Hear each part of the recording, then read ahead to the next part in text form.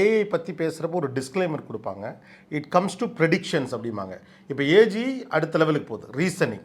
ஒரு மனிதன் யோசிப்பதைப் போலவே அது யோசிக்கும் அப்படின்னு. ஆமாம், அது ஓரளவுக்கு மனிதன் லெவலுக்கு அப்சல்யூட்டாக அச்சீவ் பண்ணிடும். அதை கிராஸ் பண்ணி போகிறது பியாண்ட் ஹியூமன் தான் ASI. Okay. So super intelligence அது என்ன செய்யும்?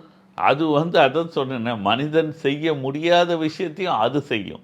இப்போ இது ஜெனரல் இன்டெலிஜென்ஸுக்கும் சூப்பர் இன்டெலிஜென்ஸுக்கும் என்ன ஒரு வித்தியாசம் நீங்கள் கேட்டிங்கன்னா, இப்போது ஒரு பிஹெச்டி பர்சனை நீங்கள் சே ஃபார் எக்ஸாம்பிள் இந்த மாதிரி ஒரு சென்னை நகரத்தில் அவரை காரில் உட்கார வச்சுட்டு அங்கே ஒரு டிரைவர் அதை இயக்கும்போது ஒரு டிரைவர் பார்த்தீங்கன்னா is very specially skilled in driving.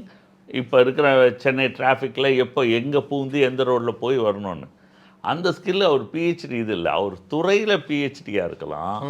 ஆனால் அந்த இயல்பாக செய்கிற அந்த ஒரு விஷயம் இருக்குது பாருங்கள், அதை அந்த டிரைவர் பெட்டராக செய்வார் தேன் த பிஹெச்டி பர்சன். அவர் மேத்தமெட்டிக்ஸ் பிஹெச்டியான காம்ப்ளெக்ஸ் ப்ராப்ளம் தான் சால்வ் பண்ணுவார். பட் அவரை எடுத்துகிட்டு போய் டிராஃபிக்கில் விட்டிங்கன்னா ஈ கேனாட் சால்வ். இது இதுக்கு அந்த துறையில் இன்டெலிஜென்ஸாக டீப்பாக இருக்கிறவங்க அதை செய்வாங்க. அது ஏஎஸ்ஐ சூப்பர் இன்டெலிஜென்ஸாக இருக்கிறவங்க இந்த ஃபார்முலாஸையும் இந்த மாதிரி பண்ணுறது.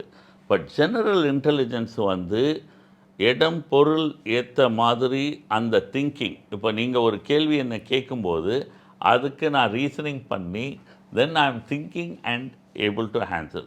ஸோ இந்த cognitive skill AGI is also very powerful. Okay. ஆனால் அது இப்போது அதை நோக்கி போயிட்டு இருக்கோம். Any time we should be able to accomplish.